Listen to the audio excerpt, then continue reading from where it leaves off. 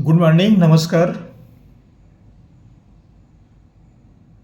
इस प्रश्न में हम गुणा की जो प्रक्रिया है उसके बारे में अध्ययन करेंगे। बीजीय राशि या अंकगणितीय जो राशि हैं, अंकीय संख्याएं होती हैं, उनको किस तरह गुणा करते हैं। ये सब अंक हैं। बीजीय राशि तो हमने नहीं ली है, लेकिन ये अंक हैं सब ये। तो बताऊं आपको मैं, ये कक्षा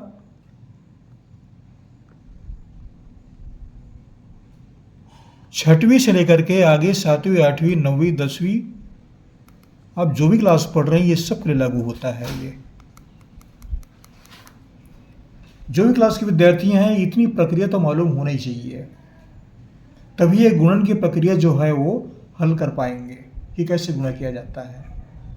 अब ये खास कर जो बता रहा हूँ मैं, ये प्रश्न मैंने जो लिया है ना, ये अच्छा 9वीं से उठाया है, क्लास 9 से ये बुक से लिया हूँ मैं। तो ये 6वीं से कैसे लागू हुआ, 6वीं शादी कैसे लागू हुआ, क्योंकि छोटे छोटे प्रश्न हैं जहाँ पर विद्यार्थियों को ये सब सीखना पड़ता है। उसमें दिया हुआ करके देखें। मैंने इस प्रश्न को बनाना उचित समझा कि चलो इसके बारे में विद्यार्थियों को दो थोड़ा सा वीडियो बना दें और जारी कर दें। देखने से लगता है बहुत आसान है, ये प्रत्येक क्लास के लिए है। ये जो गणित पढ़ रहे हैं ना, उनको मालूम होना चाहिए। आप जहाँ से पढ़ रहे हैं कमेंट्स कीजिएगा, लिखिएगा, बताइएगा, सब्सक्राइब भी कर दीजिएगा। सब्सक्राइब करना ना भूलें अगर पहली बार हमारा वीडियो आप पढ़ रहे हैं तो। चलिए देखते हैं आगे।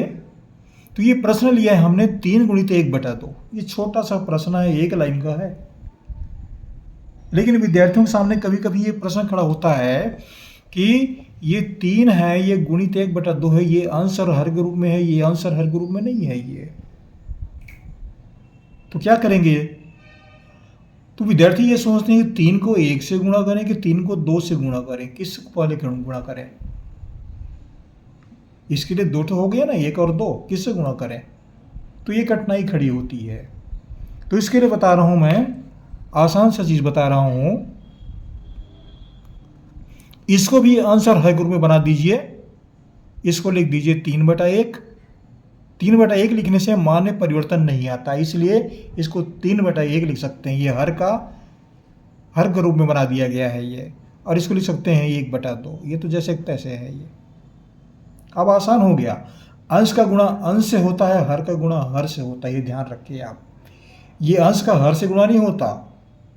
अंश का अंश से 3 का 1 से गुणा करेंगे, 1 को 2 से गुणा करेंगे। बराबर कितना हुआ ये 3 गुणित 1/1 गुणित 2, ये मान प्राप्त हुआ। या फिर 3 एकम 3, ये 3 एकम 3 हुआ और 1 दूनी 2 या 2 एकम 2। ये छोटा सा प्रश्न है, लेकिन विद्यार्थी के लिए ना, जो 6वीं 7वीं 8वीं में बताते हैं तो उनके लिए बड़ी कठिनाई खड़ी होती है, वो समझने में दिक्कत आता है, इसलिए मैंने वीडियो बनाया ये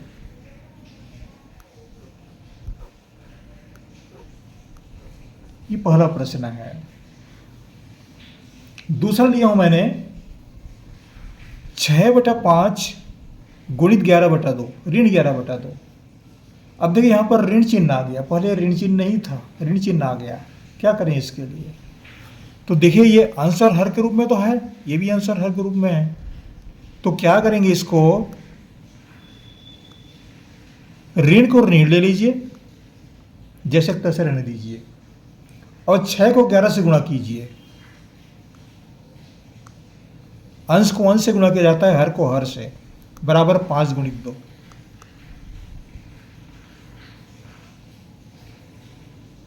ये कितना हो गया, ये 6 11 66, ऋण को ऋण ले आओ, ऋण 66/5 दूनी 10, 11 6 का 66, 5 दूनी 10, ये मान प्राप्त हुआ।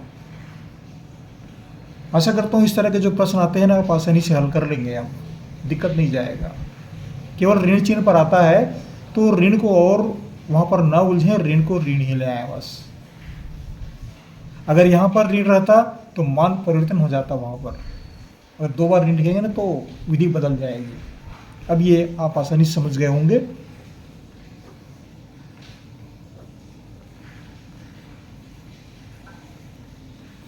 तीसरा प्रश्न लिया मैंने 3/7 गुणित 5/2। अब यहाँ पर कहीं पर धन नहीं है, कहीं पर ऋण भी नहीं है, दिख नहीं रहा है। धन तो है लेकिन दिख नहीं रहा है। 5 का चिन्ह धन है, 3 का चिन्ह भी धन है, इसका भी चिन्ह धन है, इसका भी चिन्ह धन है। अब ऋण का आवश्यकता नहीं है। अंश को अंश से गुणा कीजिए, हर को हर से गुणा कीजिए। अंश को अंश से, हर को हर से। कैसे गुणा करेंगे इसको? आसान से बता रहा हूं मैं। इसको लिखिए 3 गुणित 5 और इसको लिखिए नीचे में हर को 7 गुणित 2। इस तरह से हल कीजिए। अब इसका मान क्या हुआ? 3 पंचे 15 और 7 दूनी 14।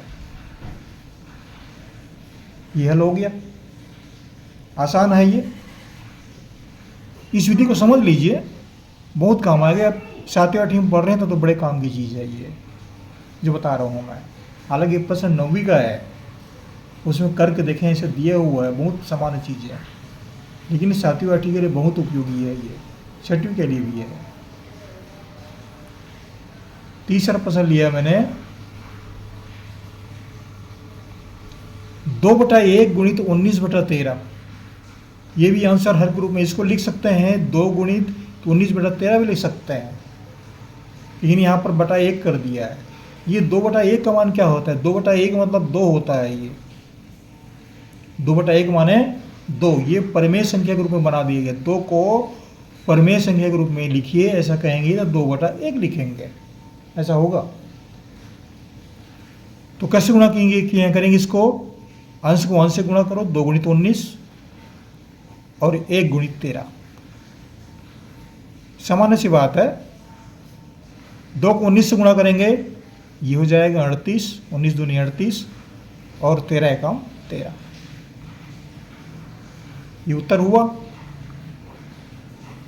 ये गुणन की प्रक्रिया है कि जो अंक वाली संख्याएं होती है ना, उसको किस तरह से गुणा किया जाता है।